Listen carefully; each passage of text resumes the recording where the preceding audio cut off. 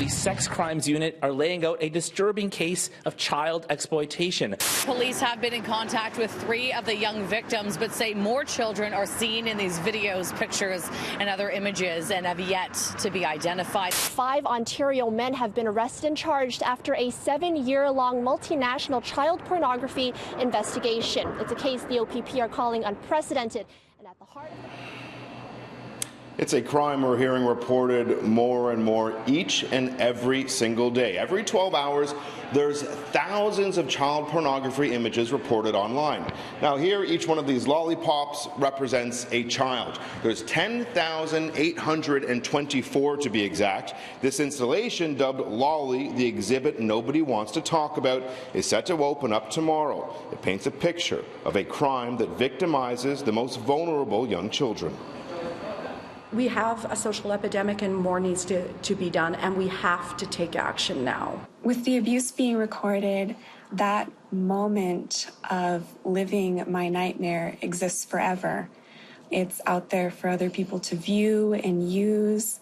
It never really ends for me. With the growing power of the internet and the modern ability to share video and photos, we're now seeing an explosion of 20 and 30-year-olds coming forward to speak about being sexually abused as children and having their images shared online. We would refer to them as the first generation, where not only were they sexually abused, but the popularity of starting to record that abuse, and then the offending community normalizing it, connecting with one another, exchanging strategies.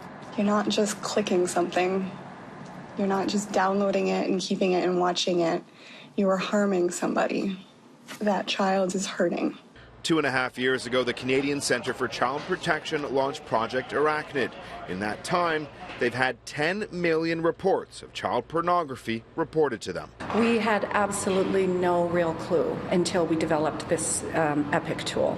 So really, we were in the trenches every day looking at images, but no one could really wrap their head around, how bad, how big is this problem? Now we know, and the Centre believes it's only going to get worse. Enter the Lolly exhibit. Over the last 2 days, about 20 people have unwrapped and placed each lollipop. The term lolly is used by sexual predators online to describe their young victims. We know we hear offenders talking about using the terminology lolly. We know it sort of represents childhood, and there is this sort of juxtaposition here. And we need to use this as the beginning of a way to start a very difficult conversation. When you walk into the exhibit, you're hit by the sweet aroma of candy. But by the time you walk out, the hope is that you take away a very different perspective. We want Canadians to be outraged. We want them talking about the exhibit and talking about the fact that more needs to be done. Last month, the OPP busted what was dubbed a big box store of child pornography in Vaughan. The supplier was alleged to have 60,000 users from 116 different countries. That's considered a big bust, but is that just a drop in the bucket here? Yeah, that's one web hosting. That's the tip of the iceberg. Here you realize within 5 minutes of doing this type of work, you're anywhere in the world. That's why collaboration and communication and sharing of investigative techniques is what we do. When it comes to victims, the Centre admits that the horrors of what survivors are dealing with was something that not even they fully understood. That is until now. They live every day with the knowledge that their material is being viewed by offenders around the world, potentially used to groom other children. The Centre says action from government is essential, but what can you do at home?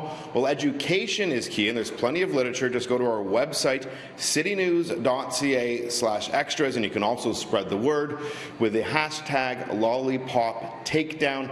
Now, this is here at the Stack Market. The exhibit runs this weekend, beginning tomorrow through Sunday.